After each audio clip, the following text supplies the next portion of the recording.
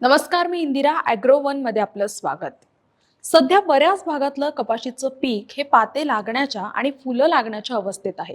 परंतु तुमच्या शेतात कपाशीची पानं आकसणं, कडा पिवळसर होणं, पानांच्या खालच्या बाजूवर चंदेरी किंवा तपकिरी डाग दिसणं अशी लक्षणं आढळत असतील तर हा व्हिडिओ तुमच्यासाठी आहे. पिकामध्ये अशी लक्षणं सहसा फुलकिडे आणि तुडतुड्यांमुळे दिसतात. त्यामुळे या दोन्ही किडींचं आपल्याला वेळेत नियंत्रण करणं हे गरजेचं असतं. अन्यथा प्रादुर्भाव वाढत जातो आणि पिकावर तसंच उत्पादनावर परिणाम होतो. कसं करायचं हे नियंत्रण पाहूयात आजच्या या व्हिडिओमध्ये. तर तुडतुडे आणि फुलकिडे या दोन्ही रसशोषक किडी आहेत. साधारणतः ऑगस्ट सप्टेंबर महिन्यातली पावसाची उघडीप ढगाळ हवामान तुडतुड्यांसाठी पोषक असतं. त्यामुळे या काळात त्यांचा प्रादुर्भाव वाढण्याची शक्यता दाट असते. आता या दोन्ही किडींची लक्षणं ओळखण्यापूर्वी आपण या किडी समजून घेऊयात. तुडतुडे हे आकाराने लहान असतात. सहसा ते हिरवट किंवा पिवळसर रंगाचे असतात.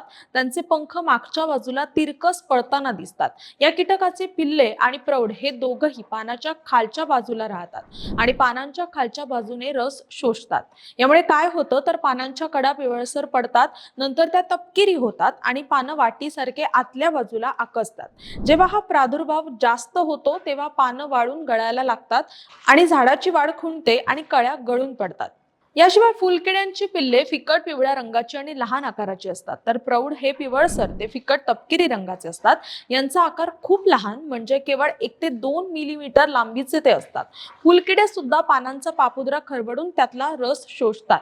यामुळे पानांवर पांढुरके चंदेरी चट्टे पडतात. यांना इंग्रजीत सिल्वरिंग असं म्हटलं जातं. प्रादुर्भाव वाढल्यावर पिकाची पानं सुरकुतू लागतात, आकसतात आणि वळायला लागतात. तसंच फुलकिड्यांमुळे कपाशीमध्ये टोबॅको स्ट्रिक विषाणू पसरतो.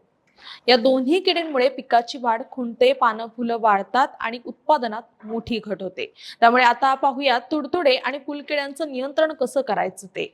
सुरुवातीला लक्षात असू द्या की शेतकऱ्यांनी कपाशीच्या पिकाची नियमित पाहणी करायची आहे. प्रादुर्भावाची लक्षणं दिसली की उपाययोजना करण्यासाठी उशीर करायचा नाहीये.